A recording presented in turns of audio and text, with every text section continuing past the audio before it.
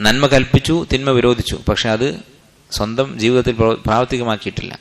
അങ്ങനെയുള്ള ആളുകളുടെ വിഷയത്തിൽ അവരുടെ ശിക്ഷയുടെ കാഠിന്യം എന്നാണ് ഈ ബാബ്. അപ്പോൾ നമ്മൾ ഒരാളോട് നല്ല കാര്യം പറഞ്ഞു കൊടുക്കുമ്പോൾ അത് നമ്മൾ ആദ്യം ചെയ്യാൻ ശ്രമിക്കണം. അതല്ലാതെ പറഞ്ഞാൽ അതിന് ശിക്ഷയുണ്ട്. അല്ലാഹു തആല പറഞ്ഞു, അതഅ്മുറൂന അന്നാസ ബിൽ ബിർരി വതൻസൗന അൻഫുസകും വഅൻതും തത്ലൂനൽ കിതാബ അഫലാ തഅഖിലൂൻ. നിങ്ങൾ ജനങ്ങളോട് നന്മ കൽപ്പിക്കുകയും സ്വന്തം നഫ്സിനെ മറക്കുകയുമാണോ? ആൾക്കാരോട് പറയുന്നു. ശൈഖ് ഇവിടെ ഉദാഹരണങ്ങൾ പറഞ്ഞിട്ടുണ്ട്. നമസ്കാരത്തെക്കുറിച്ച് ആൾക്കാരോട് ഉപദേശിക്കും, പക്ഷെ അവൻ നമസ്കരിക്കുന്നില്ല, അല്ലെങ്കിൽ ജമാഅത്തില്ല. അതുപോലെ തന്നെ സാമ്പത്തിക ഇടപാടുകളിൽ സത്യസന്ധത വേണം. പലിശയെക്കുറിച്ച് ആൾക്കാരോട് പറയുന്നുണ്ട്, അവൻ്റെ ജീവിതത്തിൽ അത് പാലിക്കുന്നില്ല. ഇങ്ങനെ എന്ത് നന്മയാണെങ്കിലും പറഞ്ഞു കൊടുക്കുന്നത് അമൽ ചെയ്യാൻ നമ്മൾ പരമാവധി പരിശ്രമിക്കണം. അതിന് സ്വന്തം നഫ്സിനോട് മുജാഹദത്ത് നടത്തണം. ഇല്ലെങ്കിൽ അല്ലാഹു തആല ചോദിക്കുകയാണ്, അതഅ്മുറൂന അന്നാസ ബിൽ ബിർരി വതൻസൗന അൻഫുസകും വഅൻതും തത്ലൂനൽ കിതാബ്.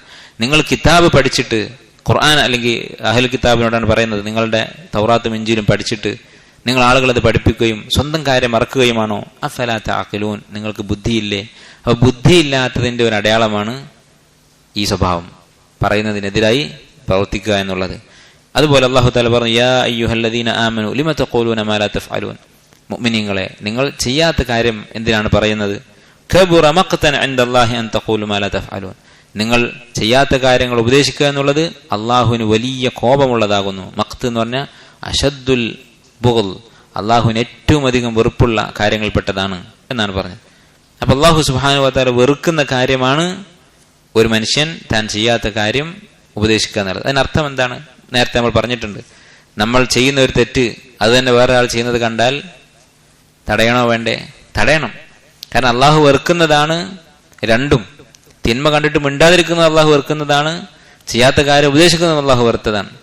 അപ്പൊ ഈ രണ്ടും ഒഴിവാക്കുകയാണ് നമ്മൾ വേണ്ടത്.